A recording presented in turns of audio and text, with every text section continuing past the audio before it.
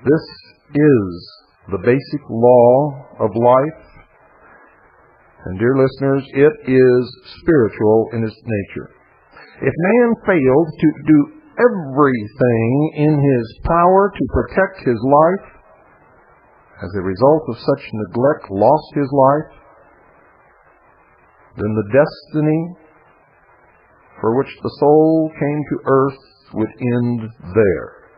Without life, a body or medium to function through, spiritual attainment would be impossible, ladies and gentlemen. Spirituality would then be forfeited. You see, if man's life was threatened without cause on his part, and he failed to do everything in his power to prevent death, he would then be guilty of three actual crimes. He would first of all permit the enemy to commit murder. Next, he would be committing suicide by failing to protect the most precious possession given to man by his Creator. And worst of all, he would end whatever his destiny might be, the purpose for which body, mind, and life had been given to him. And I believe it's to learn something.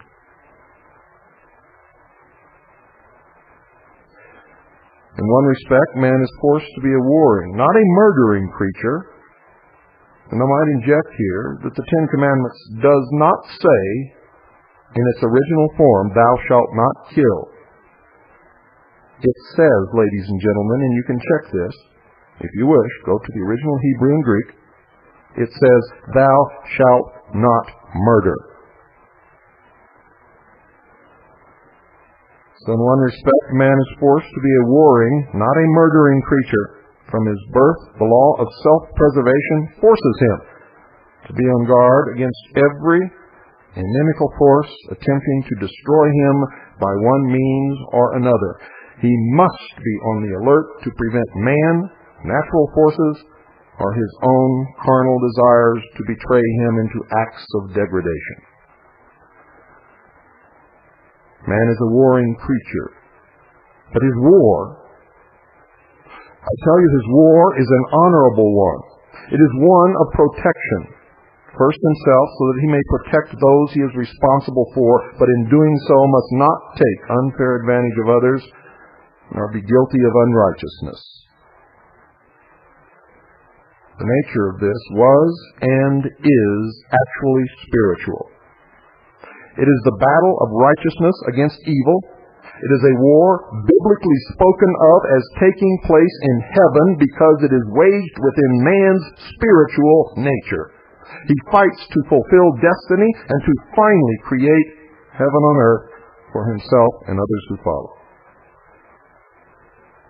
By the war of righteousness, wherein there is no selfishness, he attains the consciousness which makes him a man, knowing both good and evil, having chosen good to attain the promised sonship.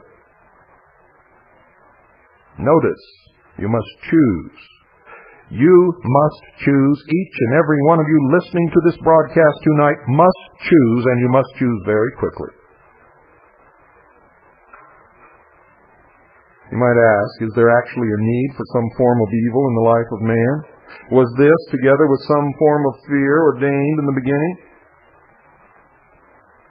And I say nothing has been ordained, but if the divine law is to be fulfilled in the life of man, then it is certainly necessary that he, according to sacred concepts, become a crusader in God's cause and not exist as a negative, effortless, uncreative, unproductive creature.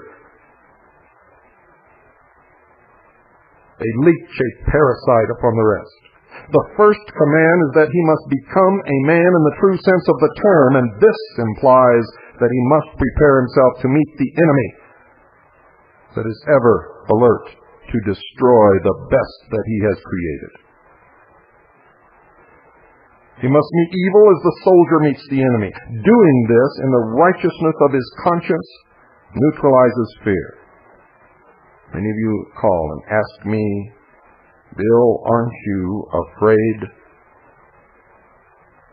My answer has always been and always will be no.